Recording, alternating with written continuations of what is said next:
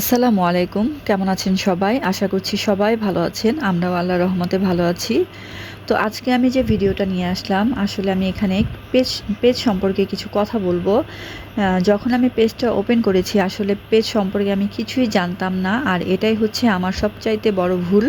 তো আপনারা যারা পেজ খুলবেন চিন্তা করছেন, তারা অবশ্যই পেজ সম্পর্কে একটু ধারণা নিবেন। তাহলে আপনাদের আর কোনো সমস্যাই থাকবে না ইনশাল্লাহ। তো যাই হোক, আমি এই পর্যন্ত মোটামুটি অনেকগুলো ভিডিও তারপর হচ্ছে রিলস আপলোড করেছি।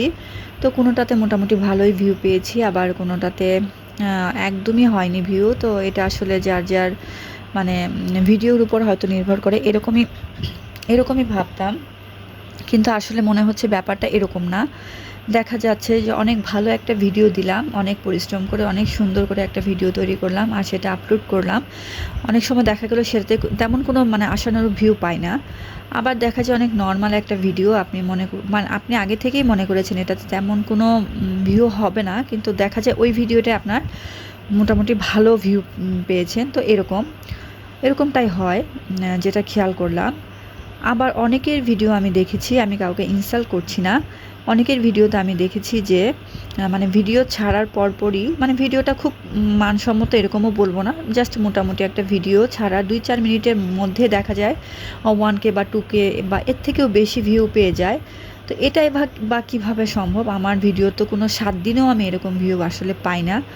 তো এই জন্যই বলছি আসলে পেজ কিভাবে চালাতে হয়, বা আমি হয়তো পারছি না চালাতে, এরকমও হতে পারে, বা আমি অনেক কিছু জানি না, না বুঝে হয়তো এরকম হতেই পারে।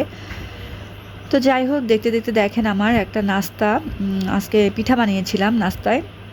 তো পিঠাটাও হয়ে যাচ্ছে। এখানে আমি আটাটা তৈরি করে নিয়েছিলাম, হচ্ছে এখানে লবণ আর তেল দিয়ে আমি পানি দিয়ে আটাটাকে মেখে রুটির মতো করে তৈরি করে নিয়েছি। আর ভিতরে যে পুরটা দিয়েছি সেটা হচ্ছে নারিকেল আর গুড় দিয়ে আমি জাল করে নিয়েছিলাম। তো সেটা আমি ভিতরে দিয়ে পিঠাগুলো তৈরি করে নিলাম। আর এই পিঠাটা খেতে কিন্তু অনেক ভালো লাগে। আপনারা বাসায় চাইলে বানাতে পারেন। আর এটা কিন্তু খুব সহজ একটা পিঠা আমাদের কাছে মনে হয়। তো আপনারাও আশা করি বানাতে পারবেন। আর অনেকে এই প্রসেসেই মাংস দিয়ে পিঠাটা আমরা বানাই, সেটাও ঝাল হিসেবে অনেক মজা হয়। তো সেটাও আপনাদের সাথে একদিন শেয়ার করব ইনশাল্লাহ। তো যেটা বলছিলাম আসলে পেজ নিয়ে, তো আপনাদের মতামত থাকলে জানাবেন, বা আপনাদের সাথে কেমন হয়, এরকম হয় কি না সেটাও জানাবেন। আর যদি কোনো কিছু আপনারা জানেন, আমাকে জানাতে মন চায় বা ইচ্ছে করে, তাহলে কমেন্ট বক্সে অবশ্যই কমেন্টস করে যাবেন। আর ভালো থাকবেন সবাই, ভালো থাকবেন, দোয়া করবেন, সবার জন্য দোয়া রইল। আল্লাহ হাফেজ।